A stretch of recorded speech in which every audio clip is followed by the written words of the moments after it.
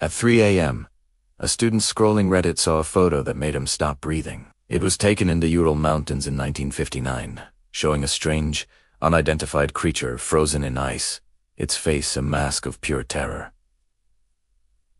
But that creature isn't the mystery. The real mystery is what happened to the 9 people who took that photograph, because 3 weeks after they ventured into those mountains, search teams found their body, and what they discovered defied all logic. What would make 9 experienced hikers cut open their tent from the inside and run barefoot into a blizzard at 30 degrees below zero? In February 1959, in the Ural Mountains of Soviet Russia, a group of 9 experienced hikers set out on a skiing expedition. Their leader, Igor Dyatlov, was a 23-year-old outdoorsman who had completed dozens of difficult trips.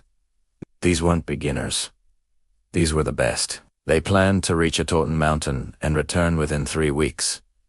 But 3 weeks passed, then 4, then 5. No word, no signal. Nothing.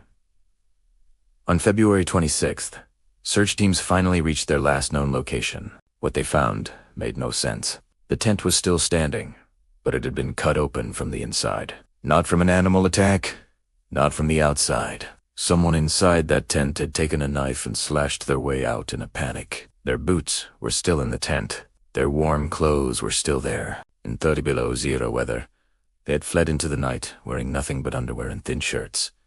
Why would anyone do that? Then the searchers noticed the footprints leading away from the tent. 9 sets. Some barefoot, some in socks, all running downhill toward the forest. Not walking. Running. In a blizzard.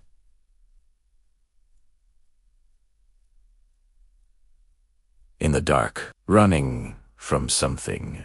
What if you found bodies? But their deaths made absolutely no medical sense. The first 2 bodies were found under a cedar tree, nearly a mile from the tent. They were dressed only in underwear. Someone had tried to climb the tree. Branches were broken up to 15 feet high. The bodies showed signs of hypothermia. That made sense. But then they found 3 more bodies on the slope between the tent and the cedar tree. It looked like they were trying to return to the tent, but died from the cold before they could make it. Still, this was explainable. Then spring came. The snow melted, and they found the remaining 4 bodies in a ravine. These bodies were different, very different. The medical examiner's report made the investigators' blood run cold. Ludmila Dubinina's tongue was missing. Not cut out. It was removed with precision, along with her eyes and part of her facial tissue. But there was no blood. Whatever removed them did it after she was already dead. Semyon Zolotaryev had major skull damage, but no external injuries. His chest was crushed with a force equivalent to a car crash, but there were no external bruises, no broken skin. The damage was entirely internal. Nikolai Thibault-Brigno's skull was fractured again, with massive internal damage but almost no external trauma. The medical examiner wrote, "These injuries are impossible from a fall or fight. The force required would be equivalent to a car crash, but there are no external wounds." What if the Soviet government knew what happened and spent 30 years covering it up? Here's where it gets stranger. The Soviet investigators tested the clothes from the ravine victims. They found high levels of radioactivity, not from nuclear fallout. This was different, targeted on specific clothing items. Some of the victims had orange lights on their skin. Their hair had turned gray overnight, but they were all in their early 20s. One investigator wrote in his report, "I have never seen such terror on dead faces." The Soviet government closed the investigation after just 3 weeks. The official cause of death, a compelling unknown force. That's all they wrote. They classified the case and sealed the area for 3 years. No one was allowed near Dyatlov Pass.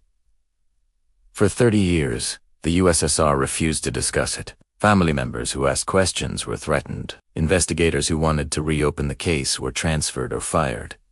What were they hiding? Theories emerged.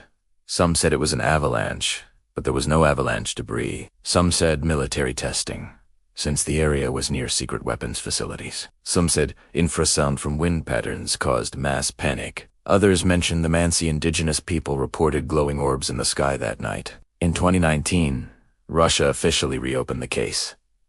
Their conclusion? Avalanche. But even today, That explanation doesn't answer the key questions. Why did they cut the tent from inside? Why was there radioactivity? What caused those internal injuries with no external trauma? Why did the government hide this for 30 years?